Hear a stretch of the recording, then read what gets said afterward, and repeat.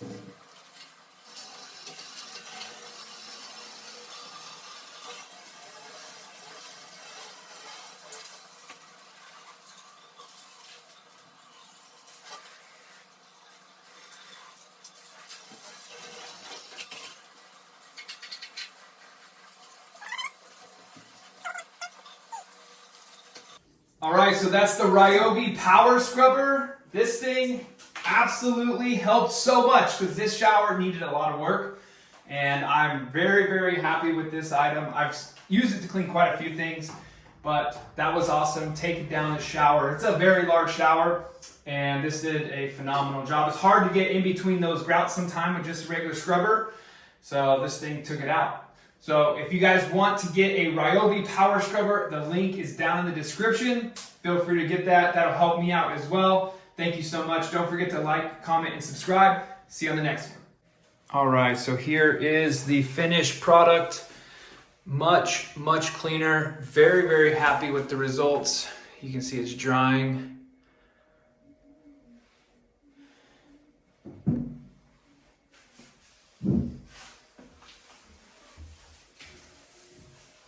Came out great.